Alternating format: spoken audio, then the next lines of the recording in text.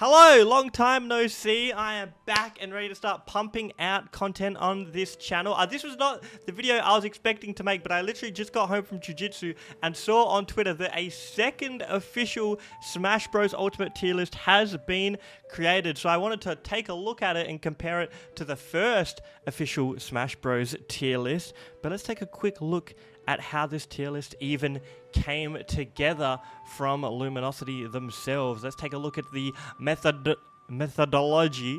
I'm saying it wrong, but I don't know. The methodology was largely unchanged from the 2023 tier list. Okay, so the top 150 players in the world were able to submit their own tier lists, and they compiled them together. 62 tier lists came together and they compiled them to create this tier list. Oh, and they've done a bit of an analysis on the tier list here. Steve was once again number one, no surprise there. 75% of the panelists put the character as number one. Once again, Europe was the only region not to place Steve as number one. That's very interesting. They put Sonic as first and Steve on average as third. And Sonic was seen as the only other character with multiple panelists putting it at the number one spot with 15%. So people are either saying Steve is the best or Sonic is the best, and there's not really any room for any other character to be there. Out of the 59 panelists that evaluated Ganondorf, 55 of them gave Ganondorf the lowest. Oh no, but yeah, Ganondorf just is ass, man. The 5 characters with the lowest standard deviation. Oh, this is interesting. So these are the characters that people are extremely certain on. Steve, Sonic, Snake, Terry, and Pokemon Trainer. A lot of people agree with their positioning. And the characters that people disagree with the most, Mii Sword Fighter, that makes a lot of sense because pretty much nobody plays Mii Sword Fighter. So I assume some people are just like, oh man, this character sucks. But then if you've got a good Mii Sword Fighter in your region, you're like, man, this character is insane. Mega Man, not many people play Mega Man. Piranha Plant, also uncommon. King Dedede, and yeah, Ice Climbers, all extremely uncommon characters. So that makes a lot of sense, especially with Ice Climbers having those absolutely crazy combos. Incineroar was the lowest ranked character to have a panelist place them in the top 5. Someone's trolling. Unless it was SkyJ, the best Incineroar in the world. So let's take a look at these tier lists. I would like to say that, yeah, this was not the video I was expecting to come back with. I have a lot of amazing videos planned, so make sure you are subscribed. We've got some big things coming. I had a hilarious video with TC Nick. And then I had a heavies only invitational where we invited SkyJ and some of the other best heavies players in the entire world to have a tournament which Little Z commentated with me. So make sure you are subscribed to the channel for that.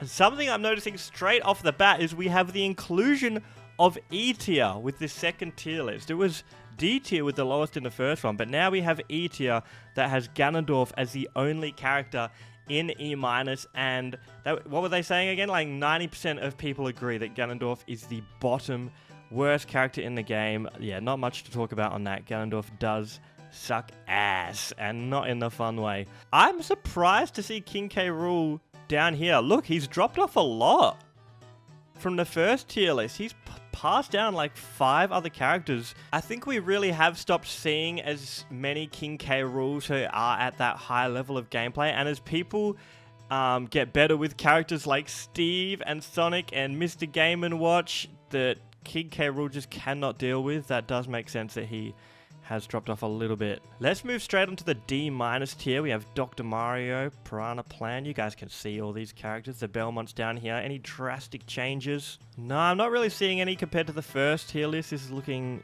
extremely similar, honestly. These are all characters that are quite underplayed.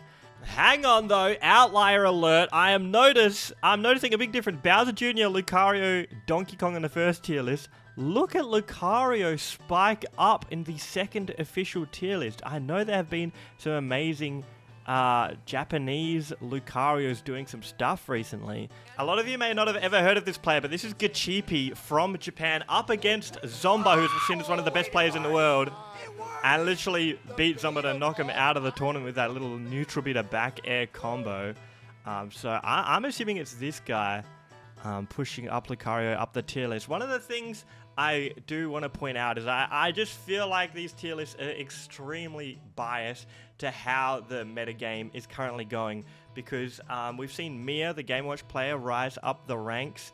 And if you look at Game & Watch's difference, I know we're skipping straight to S tier, but from S- all the way down here, all the way up to 3rd best in the game, and Mia is now seen as maybe the 1st, 2nd, or 3rd best player in the game. And in fact, if we look, the best players in the world are Akola, Sonics, and Mia. So I do feel like there is an extreme bias in these tier lists that is just whatever the current top players are doing. That's just the way it is. Like, I wonder if Byleth has fallen off now. MKLeo stopped playing Byleth. Byleth, A- here between Sora and Greninja. Now let's take a look. We've got Greninja here. We've got Sora all the way up in A. And Byleth is down in B-. Yeah, I didn't even know that. But that's just the way these tier lists work. Speaking of jumps with players doing better recently, SkyJ, it's a bit of a trick here. Like C+ to C+ Incineroar. But because there's no E tiers, Incineroar's actually gone up a lot if you kind of look at now. Incineroar's above Pichu and Chrom. And look at Chrom and Pichu here on the first tier list. Incineroar's jumped ahead of them, which is absolutely wild. I don't know if I agree with this at all, guys. I'm going to be honest, this C- tier. First of all, we got Duck Hunt. I honestly agree Duck Hunt has a lot of potential, just nobody can really be bothered playing him because he's such a boring character. Like, he might actually be higher than C-. This is starting to be where I'm not really sure. Like, really, is Marth, Chrom, and Pichu really in the same tier as Ridley and Wii Fit Trainer? I don't really think so. I think, like, obvious, like, look at the difference between Marth and Lucina. That's nuts. Chrom, Pichu. Incineroar's a really weird one because I feel like Incineroar is one of those characters, as most heavies are, that is a lot better in practice than in theory. Like, if this tier list is like purely if everyone's playing at 100% and being the best they can in the world, I think Incineroar goes all the way down to D tier. But when humans are involved, which they always are in a tournament, unless AI starts playing Smash Bros, that'd be pretty cool to see, actually. Then Incineroar, with his ability just to catch you once and do 70% with a side B, is pretty ridiculous, similar to Ice Climber's ability to kind of just grab you and do an absolutely nasty combo that just kills you instantly if you mess up once. But realistically, especially Ice Climbers, I feel like they're a pretty ass character. Like, what are those two little people doing down there with their hammers? I would put Pichu, Chrom, Marth, probably Link as well, above Ice Climbers. Maybe even Bowser above Ice Climbers. Bowser has some good matchups. Like, Bowser does alright versus Pac-Man, does alright versus a lot of the swordies, stuff like that. I don't know about this C+ tier list. Now, let's take a look at some other major differences. Oh, man. Okay, Mega Man and Ness have fallen off quite a bit. Mega Man all the way up in A-. Whoa, I feel like I more agree with this second tier list. Mega Man, what are you doing so high up there, man? Mega Man is just a character that has like no top level representation, and I am glad there is no top level representation for Mega Man. There's a few characters like Zelda as well. I am very happy that there's no like MKLeos or anyone playing Mega Man and Zelda, because that would be extremely frustrating and annoying to watch.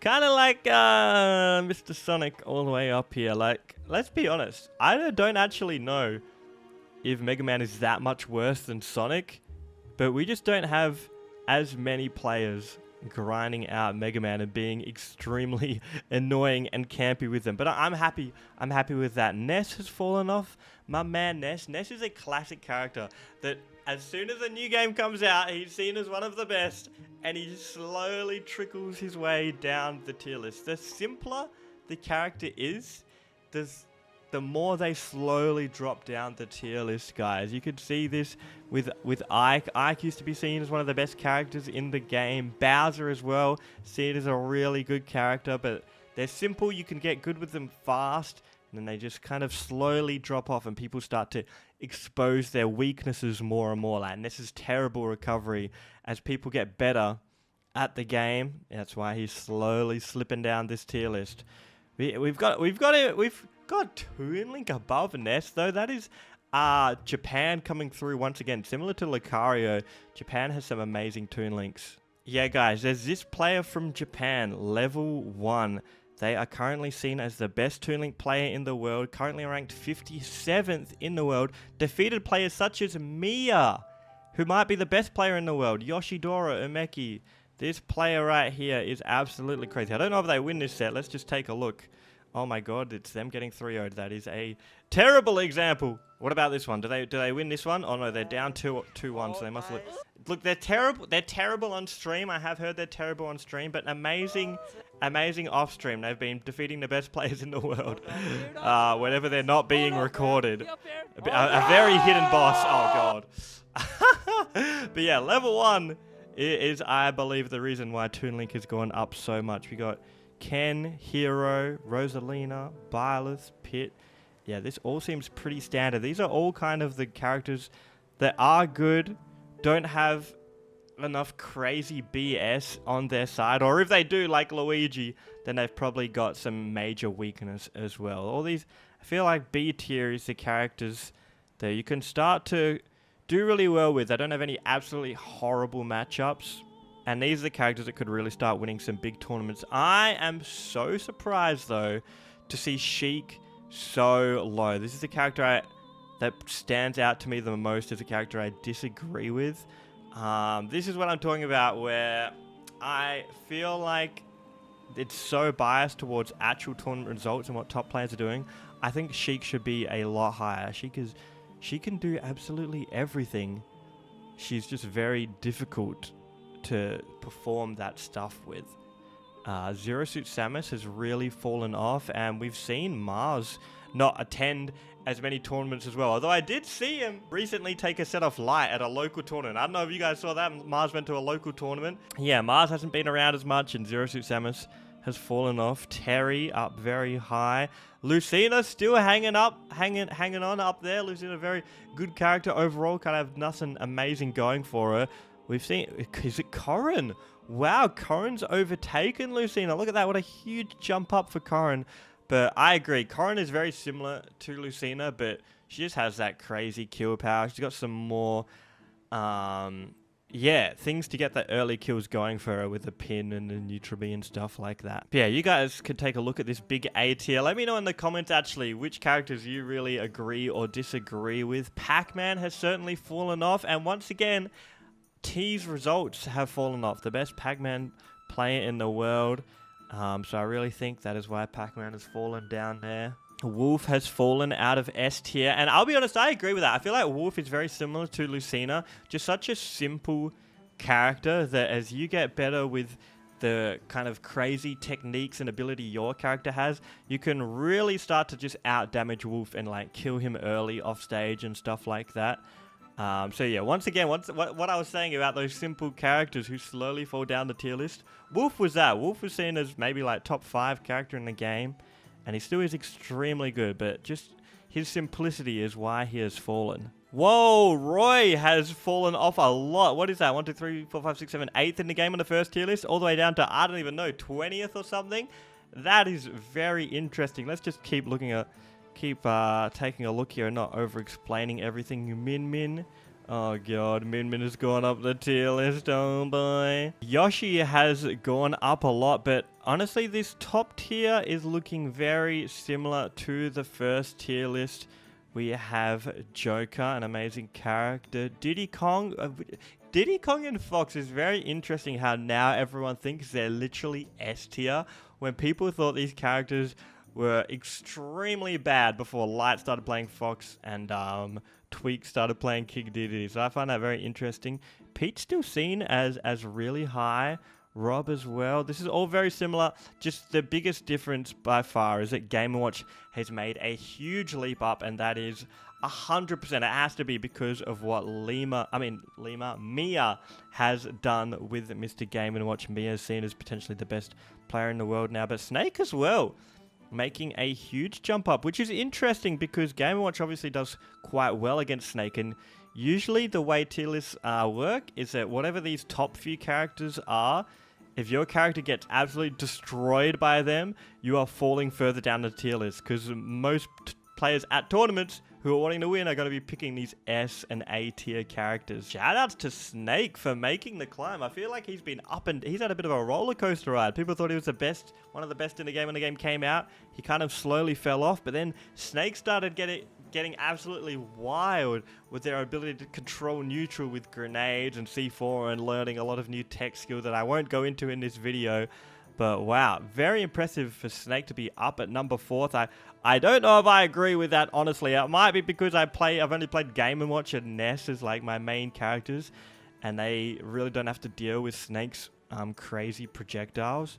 But seeing Snake above Pyramithra, even above Joker and Rob and Kazuya and Cloud seems awfully weird to me. The final thing I do want to talk about in this video is Kazuya's kind of fall off, and I do agree with it, honestly. This is coming from someone who mains Game & Watch, so I might be biased, but with Game & Watch, when you get a hit on Kazuya, guys, you pretty much get to 0 to death him. Kazuya's disadvantage state is one of the worst in the entire game. When he first came out and he had his invincible moves and stuff like that, people are like, oh my god, this guy's crazy. He's literally Jesus Christ has come down. He's freaking invincible. He's walking on water. How are we supposed to hit him in neutral? He touches you once and you evaporate. However, people have started to figure out you can do the same thing back to him, and if you take it calm and patient and look for your openings and avoid that invincibility, you could really start to mess Kazuya up. So I don't know if it's a hot take or not that I agree that Kazuya is not seen as an S tier character anymore at top level. But at high level, when people aren't amazing at their spacing and they're getting hit by invincibility all the time, oh man, Kazuya, put him right there up with Steve still. Anyways, I'm going to stop blabbering on now. Shout outs to Luminosity for organizing these official tier lists. I do find it very interesting to take a look at. And make sure you are subscribed because we've got a lot of big things coming out very soon on this channel.